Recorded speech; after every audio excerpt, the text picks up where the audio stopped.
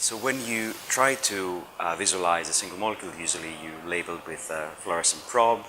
That will give only a small number of photons, so therefore you need to have a very sensitive instrument to be able to record them. For that you can use either commercial microscope that can detect fluorescent photons very sensitively, or you can build your own microscope to be able to do this. Nowadays there are a number of options to be able to actually detect single fluorophores quite well. Of course, it's still a challenging measurement, and there is a need to actually get information now from molecules that are functional and from molecules that are stained in a specific way if you're interested in biological imaging.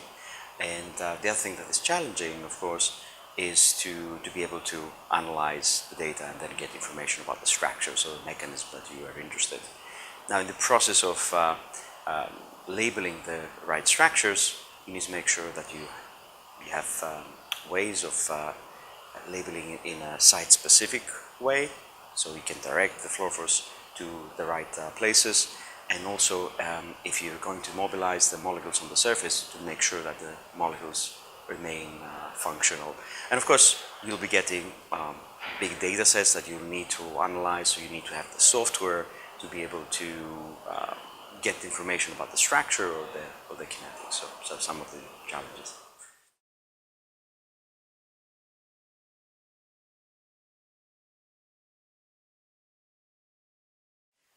We call this microscope the nano imager because it's performing imaging at the nanoscale, either using super resolution imaging or single molecule FRET, which is another method that breaks the diffraction limit. And also we call it the nano imager because it's very small. So of course, having desktop single molecule imaging is quite important, because the size of the microscope allows it to be used in constrained, space constrained areas, but at the same time the size allows us to have a microscope that is much more stable. Combined with an innovative optical layout, this gives us a microscope that's very stable. It's less prone to drift, so you can use it on a simple wooden bench or wooden table, so you don't need all the infrastructure that is usually necessary for more complicated microscopes. And so the microscope can use laser excitation from many visible lasers, and has the ability to do dual color imaging. Therefore, you can use it to do colocalization studies. You can do dual color super resolution work, or do single molecule FRET and enable other ratiometric measurements. At the same time, you can use it to look at the single cells as bacteria, and also eukaryotic or mammalian cells.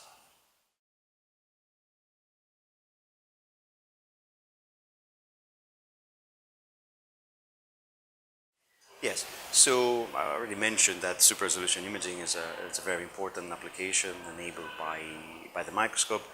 We use localization-based super resolution imaging, so we use the ability to precisely localize the position of the fluorophore in order to reconstruct a super resolved image. I mean, this type of microscopy is of course very popular nowadays, and has been also highlighted by the Nobel Prize in Chemistry in 2014.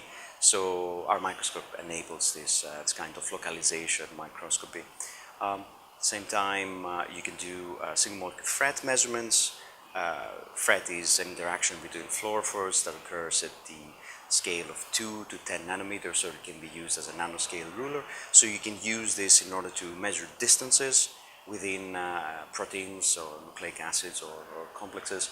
You can use it to look at conformational changes in real time because of dynamics of the molecules, or you can use it to look at real-time kinetics of a biochemical reaction as it happens. And use it, for example, in my lab to look at the copying of the DNA information into RNA in real time.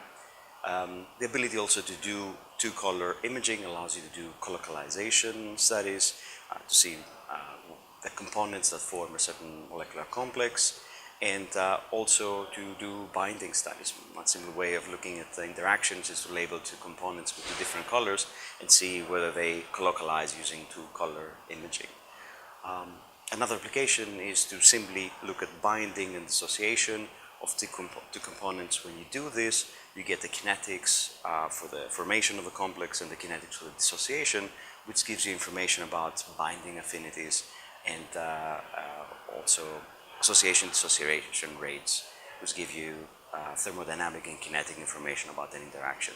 In a way, this is a fluorescence equivalent of surface plasma resonance, but with a single molecule resolution. At the same time, it's a very sensitive microscope, so you don't have to confine your work to single molecule analysis, but you can use it to do single cell work. For example, you can look at population of bacteria and look at subcellular distribution.